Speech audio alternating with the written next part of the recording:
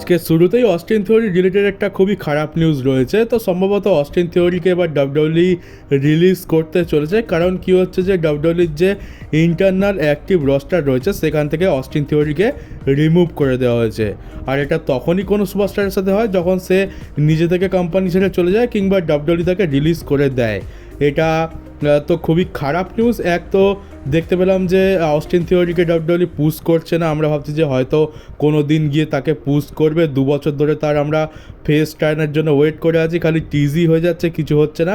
Finally Grayson ওয়ালারের সাথে Austin theory আলাদা তো হয়ে গেল, কিন্তু আমরা অস্টিন থিওরিকে কোথাও দেখতেই পেলাম না। মানে এমনভাবে আলাদা হলো যেন কোনো গুরুত্বই দিল না। আচমকাই এসে বললো যে অস্টিন থিওরি এখন আর নেই, আমরা আলাদা হয়ে গেছি। ওটা দেখে আজব তো লেগেছিলো, কিন্তু এইবার বুঝতে পারছি কেন ওটা করা হয়েছিল। ডাব্লিউডব্লিউ অস্টিন থিওরিকে কোনো গুরুত্বই দিতে চায় না।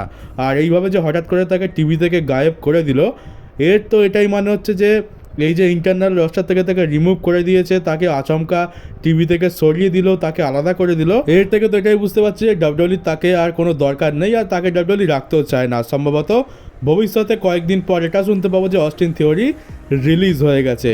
তো খুবই স্যাড। আমরা কি না কি ভেবে রেখেছিলাম অস্টিন থিওরিকে তো ভিন্স ম্যাকম্যান পরবর্তী জন সিনা বানাবে বলে ভেবে রেখেছিল, কিন্তু আজ তাকে এত বাজেভাবে ইউজ করে যা শেষ পর্যন্ত তাকে এইরকম পরিণতি দেওয়া হচ্ছে, সত্যি খুবই স্যাড এটা। আর এর পরের নিউজটা রোমান রিলেটেড রয়েছে। তো আমরা যেমনটা জানি যে রোমান তো বহুত মার খেয়েছে, সুনামি পড়েছে 3খানা। এরপরে তো রোমান তার সিনেমা শুটিংয়ের জন্য চলে যাবে, তাই জন্য আমরা এই অ্যাঙ্গেলটা দেখতে পেলাম। রোমান আর এখন 3 মাস তো কম করে হলেও আসবে না। কিন্তু রোমানকে কি করা হয়েছে যে এখন আগস্ট মাসের 18 তারিখে, মানে এই কদিন পর যে একটা রয়্যাল এপিসোড রয়েছে সেটার জন্য অফিসিয়ালি অ্যাডভার্টাইজ করা আছে। এবারে রোমান সেখানে আসবে কি আসবে না এটা তো পরের কথা, কিন্তু তাকে অ্যাডভার্টাইজ তো করে রেখেছে। তো রোমান কী জন্যে আসবে, মানে তার সে কি স্টোরি কন্টিনিউ করবে আর আমরা ক্ল্যাশ ইন প্যারিসে তার কি কোনো ম্যাচ দেখতে পাবো, সেই জন্যই আমাদেরকে এমনটা দেখানো হচ্ছে, নাকি এটা শুধুমাত্র টিকিট বিক্রি করার জন্য হচ্ছে? কারণ এটা ফিলাডেলফিয়া থেকে হতে চলেছে এই রটা, আর ফিলাডেলফিয়া হচ্ছে রোমানের হোম টাউন। তো মেবি হতে পারে টিকিট বিক্রি করার জন্য হয়তো রোমানকে অফিসিয়াল অ্যাডভার্টাইজ করে রাখা হয়েছে। আর এমনিতে যা সিন ঘটলো তারপরে তো রোমানের এখান থেকে ব্রেক নিয়ে নেওয়ার কথা, কিন্তু এবার এইটা দেখে তো মনে হচ্ছে যে মেবি হয়তো এখানে আমরা কিছু একটা দেখতে পেতে পারি। আর এমনটা নয় যে অ্যাডভার্টাইজ করা আছে মানে সে আসবে। আমরা এর আগে বহুবার দেখেছি ব্রক লেসনারকে অ্যাডভার্টাইজ করা হয়েছে কিন্তু ব্রক লেসনার আসেনি, জন সিনাকে অ্যাডভার্টাইজ করা হয়েছে কিন্তু জন সিনা আসেনি। আর আমরা এই শেষ কয়েক বছরে তো রোমানের ক্ষেত্রে এটা অনেকবার দেখেছি যে রোমানকে অ্যাডভার্টাইজ করা তো রয়েছে কিন্তু রোমান আসছে না। আর এমনকি কোডি রোডসের ক্ষেত্রে আমরা সেটা দেখেছি। তো এইগুলো শুধুমাত্র টিকিট বিক্রি করার জন্য এরকম বড় বড় নামে অ্যাডভার্টাইজ করে রাখে, আর ডাব্লিউডব্লিউ শেষ পর্যন্ত আমাদেরকে টুপি পরিয়ে দেয়, কেউই আসে না। তো মেবি এটাও সেরকম কিছু একটা হতে পারে, বা আমি ভুলও হতে পারি, হয়তো রোমান সত্যি এখানে আসবে।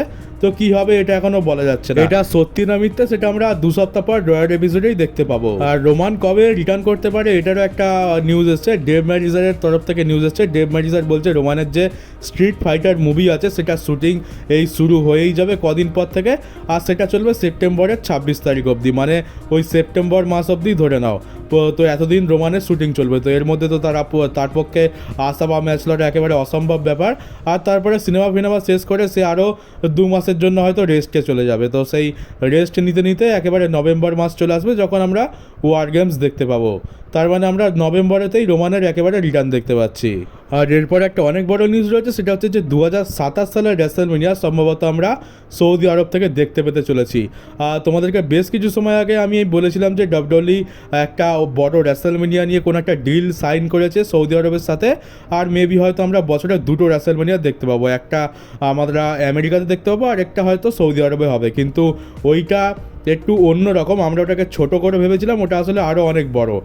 তো কী হয়েছে, সৌদি আরবের যে জেনারেল এন্টারটেনমেন্ট অথরিটির চেয়ারম্যান রয়েছে সে এমনটা হিন্ট করেছে যে 2027 সালের রেসলম্যানিয়া নিয়ে ডাব্লিউডব্লিউর সাথে তাদের একটা ডিল সাইন হয়ে গেছে, আর সেইটা সম্ভবত আমরা সৌদি আরব থেকে দেখতে পেতে চলেছি। তো এটা প্রায় মানে সত্যি হতেই পারে, কারণ সৌদি আরবের তো টাকার অভাব নেই, আর তারা চায় যে রেসলম্যানিয়া তাদের দেশেতেই হোক। সম্ভবত আমরা সেটাই দেখতে পাবো 2026 সালের দিকে আমরা এটার অ্যানাউন্সমেন্টও দেখতে পেয়ে যাব। আর এখন তো আমেরিকার লোকরা পাগল হয়ে যাবে, এক তো তাদের প্রিমিয়াম লাইভ ইভেন্ট, তাদের ব্র্যান্ড সব চলে যাচ্ছে বাইরের দেশে, আর তার উপরে সৌদি আরবকে তো এমনি তারা পছন্দ করে না। তো আমেরিকানসদের তো এবার খুব ভালো মতো জ্বলবে। আর আমরা সামারস্ল্যামেতে দেখতে পেয়েছিলাম যে জেলি রোল আর র্যান্ডোটনের টিম হেরে গেছিলো, জেলি রোল ওখানে পিন হয়েছিল, যেটা একটু তো শকিং জিনিস বলতে পারো, কারণ সাধারণত এমনটা হয়ে থাকে না। এক তো সেলিব্রিটি ম্যাচ আর তার উপরে জেলি রোলের প্রথম ম্যাচ, তো ওইটা তো হারার কোনো কথাই ছিল না, কিন্তু হেরে গেল। এটার পেছনে কারণ জেলি রোল এবার রিভিল করেছে যে সে ট্রিপল এইচকে নিজে গিয়ে বলে যে সে ম্যাচ হারতে চায়। ট্রিপল এইচ এমনটা ঠিক করেছিল যে ম্যাচটা যেমন সাধারণভাবে হয়ে থাকে ফেস টিম জিতে যায় তেমনই হবে, কিন্তু জেলি রোল বলে যে না, আমি এই ম্যাচটা হারতে চাই, কারণ সাধারণত সব জায়গাতেই আমরা দেখতে পাই যে এইরকম ম্যাচ ফেস টিমকে জিতিয়ে দেওয়া হয় যেখানে বড় সেলিব্রিটি থাকে, কিন্তু জেলি রোল ওটা নিজে থেকে হেরে যেতে চায়, যার ফলে একটু ইউনিক জিনিস হবে। আর সবসময় ওভার করা উচিত নয় সেলিব্রিটিদের, এটা জেলি রোলের মতামত। আর জেলি রোল এটাও বলে যে আমি যদি ম্যাচটা জিতে যেতাম তাহলে আমার কাছে তেমন কিছু করার মতো থাকতো না, কিন্তু যেহেতু আমি ম্যাচটা হেরে গেছি তাই আমার কাছে ভবিষ্যতেও ডাব্লিউডব্লিউইতে রিটার্ন করার সুযোগ থাকবে। মানে এটাই বলতে চাইছি যে হয়তো ভবিষ্যতে সে রিটার্ন করে লোগান পলের সাথে এই নিয়ে একটা ফিউড করতে পারে, আর আমরা celebrity versus celebrity, Logan Paul versus jelly রোলের মধ্যে একটা ম্যাচ হয়তো দেখতে পাবো ভবিষ্যতে। আর সেই পসিবিলিটিটাকে অন রাখার জন্যই জেলি রোল এই কাজটা করেছে। তো তার মানে হচ্ছে যে জেলি রোলের সামারস্ল্যামের ম্যাচটাই প্রথম আর শেষ ম্যাচ নয়, আমরা এরপরেও জেলি রোলকে রেসলিং করতে দেখতে পাবো ডাব্লিউডব্লিউইর রিংয়েতে। তবে এইটাও তো এখন অনেক টাইম লাগবে, আমরা তো জানি যে জেলি রোল কোনো প্রফেশনাল রেসলার নয়, আর এদের সাথে কি হয় সে তো আমরা খুব ভালো করে জানি। একটা রেসলিং ম্যাচ লড়ার পর অনেক মাইনার ইনজুরি হয়ে যায়, আর জেলি রোলও সেই থেকে বাদ যাবে না, তো সেইগুলো থেকে রিকভার করতে এখন বেশ কিছু মাস, প্রায় 3-4 মাস তো টাইম লেগেই যাবে, তো তার আগে তো আমরা তাকে দেখতে পাবো না। আর এই ESPN এর সাথে ডাব্লিউডব্লিউইর যে একটা ডিল সাইন হয়েছে যে সমস্ত প্রিমিয়াম লাইভ ইভেন্ট 2026 সাল থেকে আমরা ESPN এতে দেখতে পাবো শুধুমাত্র আমেরিকাতে। তো এইটা নিয়েও একটা বাবাল শুরু হয়ে গেছে, সেটা হচ্ছে যে এটা তো প্রত্যেকবারই হয়, আর এখন এটা বেশি করেই হচ্ছে টিকেও আসার পর থেকে। তো ESPN এ ডাব্লিউডব্লিউইর প্রিমিয়াম লাইভ ইভেন্টটা চলে গেছে, তবে এটা কিন্তু ফ্রিতে দেখা যাবে না, এটা ওই নেটফ্লিক্সের মতোই সাবস্ক্রিপশন নিয়ে দেখতে হবে। আর আমেরিকার লোকদের এটা মান্থলি প্রায় $30 করে দিয়ে দেখতে হবে, আর $30 আমাদের এখানে তো 3000 টাকার মতো, আর ওদের ওখানেও $30 অনেকটা ভ্যালু আছে, তো তাদের কাছে এইটা অনেক বেশি সাবস্ক্রিপশনের দিক দিয়ে দেখতে গেলে, আর তাদের থেকে অনেক বেশি টাকা নেওয়া হচ্ছে। তবে যাই হোক, আমরা তো এদের নেচার জানি, এরা কি করবে, এরা যতই এরকম গ্যাঙ্গুই করুক না কেন, এরা শেষ পর্যন্ত টাকা দিয়ে সাবস্ক্রিপশন কিনেই নেবে, আর এরা টাকা দিয়ে টিকিটও কিনবে। কারণ আমরা কি দেখেছি, প্রত্যেকবার কী হয় যে ডাব্লিউডব্লিউই টিকিটের দাম বাড়ায়, সেই নিয়ে একটা ঝামেলাও হয়, কিন্তু ওই $40,000 $30,000 টিকিট কেটেও লোকে স্টেডিয়াম ভর্তি করতে চলে আসে। মানে এরা বলবে তো যে আমরা যাব না, এত বেশি দাম নেওয়া হচ্ছে, কিন্তু এরা ঠিক চলেই যাবে, এরা গাদা গাদা টাকা খরচা করে টিকিট কিনবে। তো এদেরকে তো বলেও লাভ নেই, শুধুমাত্র ন্যাকামো ছাড়া আর কিছুই নয়। আর এমনি তো আমেরিকানসরা ভাই বড় লোক, ওরা কিনতেই পারে এইসব। আর ESPN এর ডিল নিয়ে এরা যত মাতামাতি করছে, এটাও খুব একটা ম্যাটার করে না, ওরা শেষমেশ সাবস্ক্রিপশন কিনেই নেবে। আর এখন তোমরা বলতে পারো যে জন সিনাই হচ্ছে হয়তো লাস্ট রিয়াল চ্যাম্পিয়ন, কারণ এই যে চ্যাম্পিয়নশিপটা রয়েছে এটাকে এখন আর অফিসিয়ালি আনডিসপিউটেড চ্যাম্পিয়নশিপ বলা হচ্ছে না, এটা এখন হয়ে গেছে ডাব্লিউডব্লিউই চ্যাম্পিয়নশিপ। আর দেখতে পাচ্ছ কোডি রোডসকে এখানে পেজের ডাব্লিউডব্লিউই যে ওয়েবসাইট আছে তার উপরে আপডেট করে দেওয়া হয়েছে যে সে হচ্ছে এখন ডাব্লিউডব্লিউই চ্যাম্পিয়ন, সেখানে আর আনডিসপিউটেড কথাটা লেখা নেই। এটা শুধুমাত্র জন সিনা যতদিন ছিল ততদিনই এটা স্থায়ী ছিল। তো তার মানে বলতে পারো যে জন সিনা হচ্ছে শেষ রিয়াল চ্যাম্পিয়ন বা শেষ আনডিসপিউটেড চ্যাম্পিয়ন, তারপরে যারা চ্যাম্পিয়ন হবে তারা শুধুমাত্র ডাব্লিউডব্লিউই চ্যাম্পিয়ন হবে। তো কোনো না কোনো দিক দিয়ে জন সিনার এই ইচ্ছাটা পূরণ হয়েই গেল। এটাকে তোমরা পুরো ওমেন্স ডিভিশনের মতো বলতে পারো। ওমেন্স ডিভিশনে একটা রয়েছে ওয়ার্ল্ড ওমেন্স চ্যাম্পিয়নশিপ, আর একটা রয়েছে শুধু ডাব্লিউডব্লিউই ওমেন্স চ্যাম্পিয়নশিপ। তেমনি এটা হচ্ছে একটা আছে ওয়ার্ল্ড হেভিওয়েট চ্যাম্পিয়নশিপ, আর একটা হচ্ছে ডাব্লিউডব্লিউই চ্যাম্পিয়নশিপ। আর তোমাদেরকে একটা ফটো দেখাই, অনেক পুরনো ফটো, এটা হচ্ছে জন সিনার ছোটোবেলাকার ফটো। এই ফটোটা এখন রিভিল করেছে জন সিনা। দেখতে পাচ্ছ ছোটোবেলায় জন সিনা একটা কাগজ দিয়ে, পেপার দিয়ে সে একটা চ্যাম্পিয়নশিপ বেল্ট বানিয়েছিল, আর ছোটোবেলা থেকেই সে হয়তো রেসলিং করবে বা ডাব্লিউডব্লিউইতে আসবে এটা স্বপ্ন দেখতো, সেই জন্য এটা সে করেছিল। কাগজের ওয়ার্ল্ড টাইটেল নিয়ে খেলতে খেলতে আজ সে ডাব্লিউডব্লিউই সব থেকে বড় চ্যাম্পিয়ন হয়ে গেছে, সব থেকে বেশিবার আসল চ্যাম্পিয়নশিপ সেই জিতে রেখে দিয়েছে।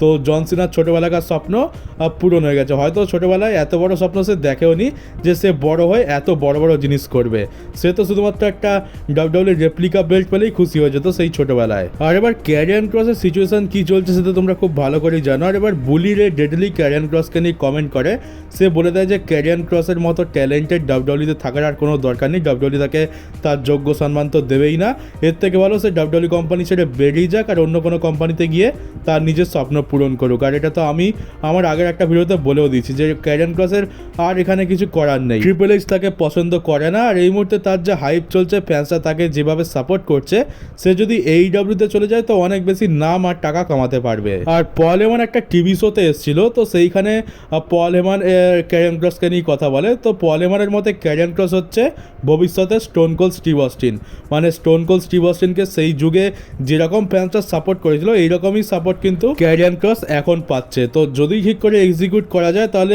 পরবর্তী স্টোন কোল্ড স্টিভ অস্টিনটা কিন্তু ক্যারিয়ান ক্রস হলেও হতে পারে। কিন্তু ব্যাপারটা হচ্ছে যে তখন ছিল ভিন্স ম্যাকম্যান আর এখন হচ্ছে ট্রিপল এইচ, এদের দুজনের বুদ্ধির তো আকাশ পাতাল তফাৎ। ভিন্স ম্যাকম্যান দেখেছিল যে স্টোন কোল্ড স্টিভ অস্টিন খুব ভালো মতো সাপোর্ট পাচ্ছে, তাই সেটাকে ভিন্স ম্যাকম্যান ভালো করে এক্সিকিউট করে আর ভালোভাবে ইউজও করে। আর সেই জন্য আজকে স্টোন কোল্ড স্টিভ অস্টিন এত বড় একজন রেসলার আর তাকে আমরা গ্রেটেস্ট অফ অল টাইমও বলে থাকি। কিন্তু ট্রিপল এইচ তো সেই কাজ করবে বলে মনে হয় না। আর পল হেমান এই শোতে ব্রক লেসনারকে নিয়ে যে ক্রিটিসিজমটা করা হচ্ছে সেটা নিয়েও কথা বলে। পল হেমান বলে যায় যে ক্রিটিক্সরা যাই পারে করবে না কেন, এতে তাদের আর কিছু যায় আসে না। ব্রক লেসনার ডাব্লিউডব্লিউতে ফিরে এসছে আর ব্রক লেসনার এখান থেকে কোথাও যাবে না, কারোরই ক্ষমতা নেই তাকে এখান থেকে সরানোর। তো এই যেটা বলছিলাম যে টক্সিক ফ্যান, ওদেরকে নিয়ে আর তেমন কোনো কেয়ার করা হয় না, এটা এখান থেকে তো কনফার্ম হয়েই গেল। ওরা ক্রিটিসাইজ করছে, ক্রিটিসাইজ করুক, ব্রক লেসনার যেমন আছে তেমনই থাকবে। আমাদের টাকলা হেমান তো স্টেটমেন্ট দিয়ে দিয়েছে, তাহলে আমাদের আরেক টাকলা পেছনে থাকবে কেন? তো আমাদের টাকলা ট্রিপল এইচও এটা নিয়ে স্টেটমেন্ট দিয়েছে যে ব্রক লেসনার তো ভাই ব্রক লেসনার, তার যেটা ইচ্ছা সে সেটাই করবে আর তাকে সেটা করা থেকে কেউ আটকাতে পারবে না। তার ইচ্ছা হয়েছে রিটার্ন করার, সে রিটার্ন করেছে। আর আমরা খুবই খুশি যে ব্রক লেসনার ফিরে এসছে, সে ফাইনালি ডাব্লিউডব্লিউতে রিটার্ন করার সিদ্ধান্ত নিয়েছে। আর আমরা তাকে ডাব্লিউডব্লিউতে চেয়েছিলাম, আমরা চেয়েছিলাম যে সে রিটার্ন করুক আর সে করেছে। তো এখান থেকে তো পুরোপুরি পরিষ্কার যে ডাব্লিউডব্লিউর কাছে ব্রক লেসনারের ভ্যালু অনেক বেশি, যে যাই পারে বলুক তাদের এখন কিছুই যায় আসে না। আর তো চলো গাইজ, এই ছিল আজকে নিউজ ভিডিও। কেমন লাগলো কমেন্ট বক্সে অবশ্যই জানিও। নতুন থাকলে চ্যানেলটাকে সাবস্ক্রাইব করে নোটিফিকেশন বেলটাকে অবশ্যই অন করে দিও আর ভিডিওটাকে শেয়ার করতে ভুলো না। তো চলো দেখা হচ্ছে তোমাদের সাথে ডাব্লিউডব্লিউর নতুন একটা নিউজ ভিডিওতে।